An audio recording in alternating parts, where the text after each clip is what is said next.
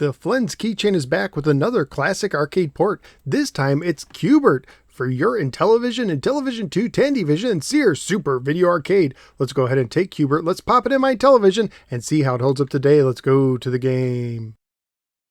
Qbert was published by Parker Brothers and carries a copyright year of 1983. It is based on the popular 1982 Gottlieb arcade game. The manual opens with the following. Object: to score as many points as possible by changing the color of the cubes on the pyramid from a starting color to a destination color. You'll do this by hopping Qbert from cube to cube while avoiding the nasty characters who will try to stop him. Each time you complete a pyramid, you'll proceed to a new pyramid or round. Try to complete as many rounds as you can. There are 9 game levels in all, 4 rounds per level. Qbert is an arcade port for 1 or 2 players alternating with 1 standard mode of difficulty. The game did not come with an overlay, but it's not really needed as you simply use the disc to move Qbert around the pyramid. You can hold the disc in one direction to keep Qbert moving, however I found that there was sometimes a slight hesitation before this took effect, so personally I simply tapped the disc every time I wanted to hop to a cube. The game features several enemies. Touching an enemy or hopping off the pyramid will cost you a life. Red balls will hop down the pyramid until they fall off. Purple balls will turn into Coily the Snake when they reach the bottom. If you hop onto a flying disc and fly back to the top of the pyramid when Coily is nearby, he will sometimes jump off the pyramid in a failed attempt to get you.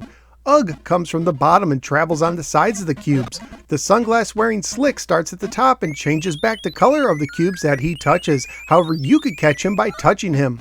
The green ball can also be caught, and if you do, all the on-screen enemies will temporarily freeze.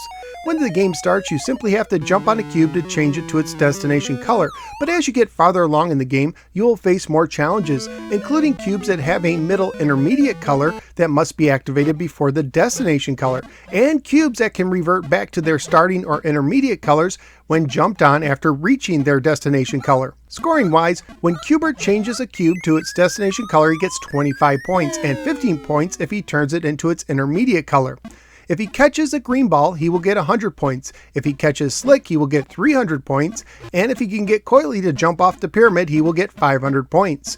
You get 50 points for every flying disc not used in a round, and a bonus 1,000 points for completing the first round, and that amount increases 125 points for each successive round, up to 5,000 points per round. You also get a bonus Qbert every 10,000 points. Graphically speaking, overall everything looks good, and is nice and colorful, although the pyramid is a quite bit narrower than in other versions. The game also boasts some great music and solid sound effects. Family-friendly wise, the game would most likely get an E for everyone rating if it was released today, thanks to Qbert's self-censoring. At the time I researched on eBay including shipping, loose copies were going for $10 to $13. Complete copies were going for $23 to $40, and one new copy sold for $45. So what did I think of Qbert on the Intellivision?